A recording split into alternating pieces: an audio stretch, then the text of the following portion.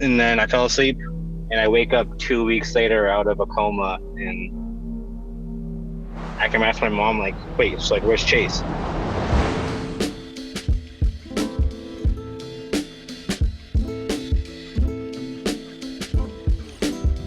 Welcome back to Other People's Lives. I'm Joe Santagato. I'm Greg Dybec. For those of you who would like to be a guest on our show, don't hesitate to reach out to us. Our email is oplpodcast@gmail.com. Just send us your story and we'll get back to you. Today we are talking about, honestly, one of the scariest situations I think that a person could imagine themselves in. We're talking to someone who reached out. The subject line was horrific car accident survivor, and he's here to talk about surviving this terrible accident, which claimed the life of his brother. So we've got the guest on. Thank you so much. We really appreciate you, choosing us as the platform to talk about this. We know that it is not easy to relive scenarios like this and chat about it. So thank you so much. Oh, you're welcome. No problem. Yeah, and so this topic terrifies me. I'm like, I drive a decent amount and I'm just scared all the time driving.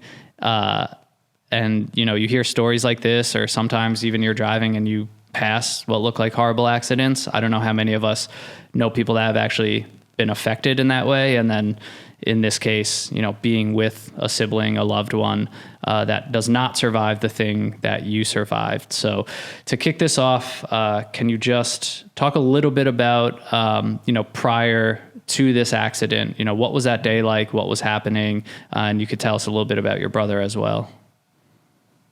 So my name's Scott. It was really a normal day. My younger brother was named Chase. He was very, very good at playing basketball. He had multiple scholarships up in Maine to play, and I think New Hampshire. He got invited to a Valentine's Day party about it'd be like 3.5 years ago now. And it was kind of a very normal, he was like a party animal, so it was normal for him.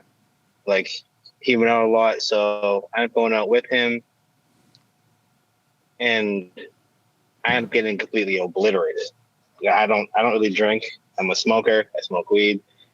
So I ended up getting really drunk. And one of the last things I remember saying to him was, "Nigga, I am fucked up." And then they're leaning out of the car, throwing up. And then they were putting on the seatbelt, zipping up my North Face because it was the middle of February and it's freezing. Because I'm from the Cape Cod, so we were out in Boston. And then I fell asleep, and I wake up 2 weeks later out of a coma, and I can ask my mom, like, wait, so like, where's Chase? And then she was like, yeah, he passed away. And there was no real way of breaking down like any worse than I already was because I was so broken. Like, I didn't know my back was broken yet. I didn't know about my ankles, but in the car accident, I broke 2 vertebrae. I lacerated my spinal cord. I shattered both my ankles. I fractured the left side of my face and broke 3 ribs. And then I was stuck in the car for about 25 to almost 30 minutes while I was on fire. Jesus. What ended up happening, with who was driving, and, is there a story about why you guys crashed? So, like I said, I was asleep and my brother was driving. When we left, my brother was a young, light-skinned, very good basketball player. So, when it came to girls, it was, kid was kind of a hoe, but he did his thing. It was cool. So I thought we were going to a girl's house almost the entire night. It was a bunch of people that he knew from school that also got invited to this big. It was at some club out in Boston. So I thought we were going back to some girl's house, one of everybody's condos, and come to find out it was one of his girlfriend at the time. She had called him like, hey, come over. So he came there. So we decided to leave Boston. The case was about an hour away. And we were 10 minutes, maybe 15 minutes away from our house when we crashed. And I was asleep, so I had no idea. But there was a message on Lindsay's phone, the girl he was dating, and it sounded like nothingness, almost like he was trying to call and he dropped the phone. And it was on the ground, and then you can hear a lot of commotion and someone's rubbing something against the microphone of the phone, and then it's just nothingness. So kind of what my hypothesis was that he was trying to call her since there was some kind of message left. And I think he dropped his phone because the way that we crashed is like a long sweeping right turn. If you go straight instead of turning, you hit a huge concrete wall and sign. And that's exactly what we did. It's like we kind of went off of the like that little like shoulder. It's almost like a little edge, and it's like a tiny little bump. So if we hit it doing almost 70 miles an hour, and then we went airborne, hit like the very top of the concrete, and then the car flipped into the sign. And what's even crazier about that is that it was about 4 a.m. One of my buddies was driving home with his girlfriend. So it was Valentine's Day, and he actually saw the whole thing because he almost hit him. But it's not really a busy road, so it's kind of insane that he even saw it happen. He called the police like 2 or 3 times and show up for like a half hour. He has a couple of videos he showed me because I wasn't really too close to them before. I knew of him because we're from the same town, but we ended up working for the same company. So one day I was like, hey, his name's Brendan. But like I was like, hey, Brendan, like someone told me that you had some videos or something about like things. Like, yeah, man, I don't know if you're ready to watch them, but I still have them if you want to see them. And you can hear him in the background, like, what the fuck? I've called the cops like 2 times already. It's been almost like 20 minutes. Like, I don't know what the fuck to do because you can see the car like all smashed up and on fire in the background. He had no idea that it was me and my brother. Wow. So it's kind of just, yeah. So you chose to watch those videos? Yeah, it was about a year after it happened, and I've done some therapy, not really a lot, but I've done some therapy. So I had a lot of survivor's guilt, even though I wasn't driving, but like it just didn't really make much sense. Like why did I survive and he didn't? He had so much more going for him. Yeah, man. No, I mean, that's, one of the big topics that we want to touch on with this conversation, because it seemed like you were really close with him, and, just to essentially have no clue what's happening in the moment. And I think you said 2 weeks later, just waking up to find out this news. Can you just describe that survivor's guilt a little? Is it something that just hit you immediately when you found out? Did it sort of build up over time? And what is that feeling exactly, if you can describe it? It's really built up. It really built up over time. Like when I was still in the hospital, I was so messed up. They had me on Dilaudid and stuff. Like your body like ingests like 7 to 10 times stronger than methadone. So I didn't really know what was happening. I remember like begging the doctor, like, "Oh, can I please go? And like the wake is tomorrow and the funeral is like the next day," because it was right before COVID. And like the doctor like was looking like I was crazy. Like, "Stop! Are you serious? Like you damn near on life support." And like I was still very, very loopy, but it's more just like I feel guilty that I somehow survived because I'm completely fine. Like if you looked at me, you'd have no idea that I have all this metal in my body, and there's just, so it's like really just like I feel like in a way like he kind of made sure that like, okay, well, like I'm already gone, and kind of like cradled me, made sure I was okay, and my recovery was extremely quick. But like that's kind of what brings on most of the survivor's guilt, even though I don't exactly have a lot to do with it. Yes, I drank with him, and I didn't know he'd come all the way back. I think I could have done more, and at the end of the day, it's not exactly my fault. So it's kind of hard to go back and forth between trying to be realistic and then going with like what my gut feeling is, how I feel about everything kind of after the fact, or how hindsight can be 20/20. It's just, it can be a lot. Yeah. I mean, and also I'm kind of curious of like what your reaction was just for yourself, like waking up 2 weeks later. Like, what is that feeling like in itself? Like you knew that you were in a car accident, or you didn't know at that point? You were just kind of confused about where you just woke up.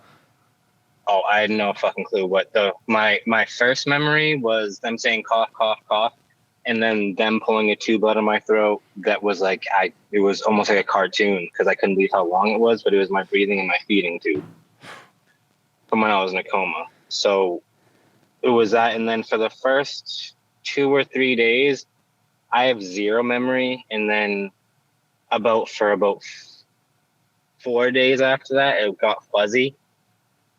So it was more like when I first came back, I had no fucking clue what happened. And then this was 3 days after I woke up. I can remember asking my mom, "Wait, where's Chase?" And then her telling me, "Stop, I can't keep telling you this." And me being like, what do you mean you can't keep telling me this? And then my mom, because my mom's like my homie too, and she was like, she's doing that shit, like, what do you mean? Like, and then she asked me what I was doing that day. So I told her what I ate that morning, what I did. And like, she was almost like amazed, because it was almost like I don't know, both you guys are around my age. So like, that's so Raven, like when she like opens her eyes and kind of like zooms portal in, it was almost like that, me coming back. And it was like, oh shit, I'm Scott. Like it. And then her telling me like what happened to him. And then like, it was just like, it was almost like I was in a very, very bad dream, because I still didn't understand, like, why am I in this bed? Why can't I move? Why am I covered in IVs? Like, what? Like, where am I? And then that's when she was like, yeah, no, Chase passed. But sorry, you can go ahead. No, sorry. I was just going to say, what were some of the effects immediately after? Because from everything you're telling us, it seems like it's a miracle that you survived. You said you were sitting in the car for 20 minutes while it was on fire. And you said, I guess, that there's a bunch of metal in your body now. So what was your recovery, and, what was the damage that was inflicted on you? So we got in the car accident.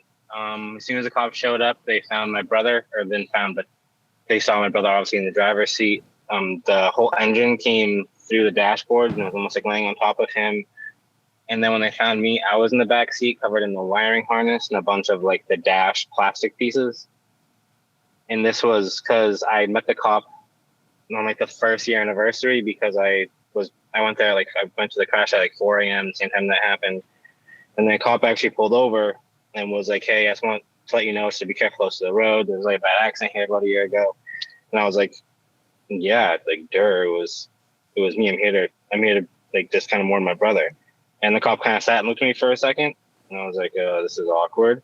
And then he was like, yo, no, I'm actually the one who showed up in first, and then I ended up pulling his brother out of the car. And I was like, sir, you know who I am? And he was like, no. And I was like, you damn near saved my life. I don't know if you know that. And then like, he kind of looked at me, because I don't think he expected me to even be walking, or like, my forehead is very burnt. Some of my shoulders burnt, my arms burnt, but my face is still good. Thank God that my moneymaker's okay. But like, it's like, he couldn't kind of believe it. Like, I gave him a big ass hug, and for a guy to give a hug is kind of weird. but so that, and then so I shattered both my ankles, and I broke my left ankle like 6 times, and my right ankle I think 5 times. I have 10 screws and 2 plates in both my ankles. So I can still walk and everything just fine. My balance sucks. Like, I can be standing still and it feels like I'm on a hill. But I can still walk and do everything just fine. Like I said, I'm in great shape. I broke my back.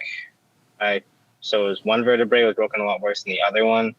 And then when they went in for my back surgery, it was supposed to be a 3.5 hour back surgery, which to me sounds long as shit. And then when they went in, they couldn't find my spinal cord. So it came out and told my parents they were going to close me up and try to figure out what to do. And then my parents freaked out. I was like, no, you guys need to figure it the fuck out. And that 3.5 hour surgery turned into a 12-hour surgery because they found my spinal cord in my hip. What the fuck? I don't understand how even like I can move and I have feeling, just from like basic knowledge of that kind of shit. But I don't know, my surgeons must have been really fucking good. You said your spine was in your hip?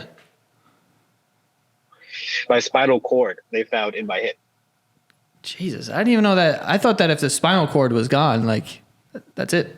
Like, yeah. Wow. Yeah, either it was pieces of it or it was it. That's why I thought as soon as you lose some kind of spinal fluid, you're all done. Right. There's no coming back from that. Well, luckily, none of us are doctors. So. Well, yeah, thank God. Thank God. So you, like, aside from some burns and like, a little bit of, a balance issue, you don't really have any like big injuries that you carry around every day? No, besides getting sore every single day, and when I get up, my body kind of sounds like a swing set. Yeah. Like my ankles, like they hurt. If you look at them, there's 2 enormous scars up each side of them, but they're just bigger. And like I said, they just get very sore after a day, because I landscape now only because I've been doing it for so long. It's kind of the best way for me to make money. But that, and even with my back just gets sore. And like when I start moving around in the morning, like you can hear almost like the metal creaking, almost like a swing set. It sounds disgusting, but that's the only way I can describe it. That's like a miracle. That's crazy. But, you know, when it comes to your relationship with your brother, like, you know, how would you describe that like now? Like, what is your relationship with what happened that night, and just kind of, you know, where are you at in this sort of recovery from it mentally? I've definitely recovered from it. I go to his grave all the time and see him, but it's just hard because we have the same dad but different moms. So I feel like they don't really like, I don't know, I just have a weird relationship with them. So that's what kind of makes it a little bit harder. But I don't know, it's just hard. I just miss him a lot. I'm not sure if you alluded to this. I know you got super drunk. Was he drinking that night that he was driving? Yeah, he was, because on the police report, they have to have, even though he passed away, they still get his toxicity level. And he was over. I forget exactly what it was, but he was over like a .08 or whatever it is in Massachusetts. How does that sort of, you know, play into like the recovery process as well? Because it just seems like, I mean, there's so many cases where it's like, if there was the decision not to drink, it couldn't have happened. But then it's just, you know, I just could imagine your mind racing, like if that girl didn't call him to come over, or if we didn't go to this party, or, you know, it's like, how do you just even begin to comprehend that? Yep, that's exactly. It almost relates back to the survivor's skill thing, only because it's like I never really was the one to drink. Like, yeah, I'll go down a couple of shots and I'd be feeling it, like I'm such a lightweight. But like, it just really hurts, you know. Like if I just didn't drink that night, if I took it easy that night instead of being all, so I'm pretty sure I was all my feelings about something. I forget what. I know it's probably not. It's just not important now, but it just hurts a little bit more. So I could have done something, but hindsight sometimes 2020. Hindsight is always 2020. That's for sure. But just to kind of piggyback off of, you know, what Joe said, you know, obviously your ability to talk about this, you know, even just inject humor into the conversation. Like, obviously that doesn't take away from how much you miss your brother and how terrible the situation is. But, you know, what are some of the things that you've done to get to this point, to just move forward? Because as someone who, you know, hasn't experienced this level of trauma or someone passing away that way, it just feels so hard to imagine like ever getting to the point of like moving on and living life again. So, you know, what are some of the things that helped you to get to this point? Really, the biggest thing was that he hated to see me upset or like ever in my feelings or anything like that ever. Like, yeah, I think like generally, like it really genuinely affected him to see me any kind of upset. So I know he wouldn't want to see me upset now. Like what's happened and it sucks. It really does suck. But I think if anybody want to see me at least try to live my life, it would be him. And I have a very, very good support system. Like I said, like my mom is my homie. Like I have really good sisters. I have a great girlfriend. So it's really just like, I'm blessed just to be alive. Like the doctor told my mom, like before I was even like really out of my coma, that I was going to most likely be retarded because of all the smoke I inhaled. And I probably wouldn't walk again because of how bad my ankles and legs were and or my back. And I mean, I'm not retarded and I'm pretty foolish, but like I'm walking and I'm talking. So it's like, I kind of beat the odds. So I can choose to be sad at times because I feel like I'm very much entitled to the pain I feel. But I don't know, you just have to live life. I know he would have definitely wanted me to, and you just have to. Yeah, for sure. I mean, that's just like it's a crazy thing to kind of go through. And like, I don't think that a lot of people sort of have that, you know, perspective that you have. So I also am kind of interested in, you know, coming out of this where you do feel like, wow, it's a miracle. Like, does that change the way that you live your life? Like, is it a big difference in the way that you view like the world and what you want to do with your life, like coming out of something like this? I wish I could say something like really cool, but it's not. I really just kind of kept on living my life and kept moving. I mean, it definitely put a big halt where I wasn't doing anything. I mean, I was in a wheelchair for 5 months, and like even everything around it. Like once I was out of my wheelchair, one of my little sister's schoolmates, I think, was in a wheelchair, and he was like way too big for it. I hadn't given him my old wheelchair, except like I got a sick fucking wheelchair. Like it was purple. I had like the cambered wheels on it. They were spoked up. Like it was a racing wheelchair. And like so I know when that kid went to school the next day, like he was ill. So it's like little things like that, and just to know that I do my best to be positive. It isn't really like I have to try. It's kind of like I'm fortunate enough still like remember who I am and still be who I am, because I don't think I've changed even after hitting my head so hard. Where like I had a concussion for like a couple of months, they said. So I had to do like all the physical therapy shit. But it's like I just came such a long way towards I have no reason to really be upset. And just I've kept on living my life as kind of the same way I did before. I wasn't really doing anything too crazy. Do you feel any type of way when you like get into a car now? I did for like, so they let me out of, so first I was in the hospital and then let me out of the hospital to a brain rehab. And I was only in the brain rehab for like 9 or 10 days before they sent me home. So it was right before COVID. So they were kind of like ushering me out in a way, trying to be okay, well, okay, like I was strong enough to live on my own. I just they said, okay, you're gonna have to be in a wheelchair, but you can do these things on your own. So when like the ride home sucked, even having to get in the car, like I said, for the first like month, it was really weird. That's like really the only anxiety I felt is just it was really weird even sitting passenger seat in the car and once I was driving, but I'm completely fine now. Mm-hmm. Wow, man. It's inspiring to hear, though, just that in a way, you know, just by living your life, you're honoring your brother and really taking into consideration how upset it would make him, you know, to see you down. So it's really cool to hear. And, you know, a support system is for sure everything. So we're happy that you're still here. For sure a miracle with everything that you just said. And it's just inspiring, I think helpful, you know, for a lot of people to hear, because this is just an insane trauma and, you know, a crazy loss. And we're sorry that you had to go through all of this. Yeah, thanks. Me too. But I'm still here. So at least I can make the most of what's going on. Like, it's really cool talking to you guys about it, because like, even when I was still in the hospital, they gave me back my phone. And like I can remember watching, like, this was back when it was, I think, Joe and Danny, and I remember you guys still doing your thing too, but like I can remember watching you guys like while I was in the hospital. And I never would think that I'd be here talking to you guys about it.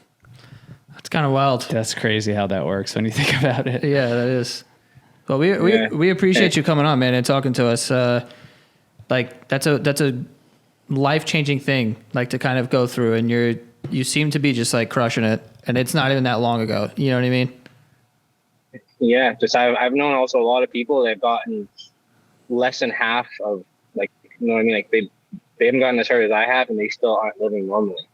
Some is very just blessed to be able to like get up and be normal and not have to worry about like, okay, I can't walk today, I'm still in a wheelchair. No, I can get up. Like, I'm big, I'm strong. Like, I've been to the gym, I look this fine, I'm doing good. So it's just came a long way, and I'm just very thankful for it. Love the confidence too.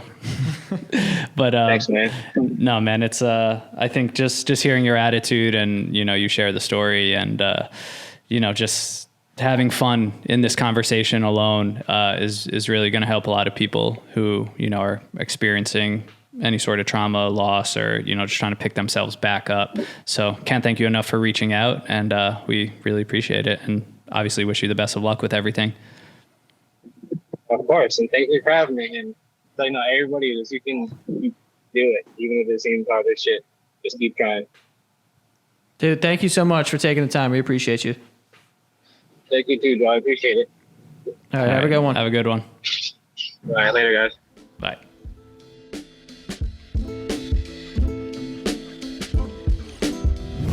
That dude is cool as fuck. It's just a cool dude. Yeah, like, Yeah.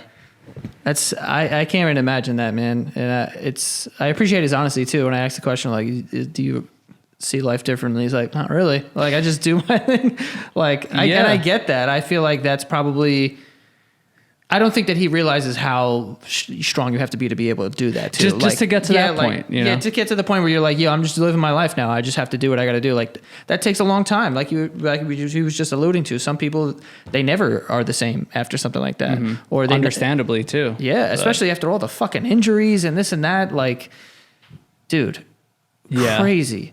It's just, I like that a lot. And I was going to bring that up because, you know, nothing against your question. It's a great question, but it's like, yeah, that's almost like, okay, like here's a really inspirational moment maybe, but that answer is actually the most inspirational because it's like, I'm just living life. Like, what was I really supposed to change? Like, if anything, I got back to the point and it's just like, doing good is good enough. Yeah. And that's like you said, that's a point that a lot of people don't even reach. So really cool to hear. I don't want to get preachy on this podcast, but man, just be safe when you drive. Do not drink and drive. Please don't text and drive. Dude, it's so scary. Every time I'm walking, I like look into cars. Every single person is just texting. Yeah. It's insane. It's so dangerous. Yeah. It's crazy. So yeah, be safe out there. For anyone that wants to be a guest on our show, hit us up. Our email is oplpodcast@gmail.com. Send us your email and we will get back to you. Yes, please reach out. We've talked to a lot of people who are like, you know, I thought about sending this for so long and then they finally did, you know, years later after listening, and then they end up on the show. So you never know. Just send that email. We'll see what happens. And you can follow us on TikTok and Instagram at OPL Podcast and patreon.com/OPL Show. Yeah, I should know that, right? I think so. Patreon.com/OPL Show. That's definitely it. But that's all for this week. Yep. See you guys next time.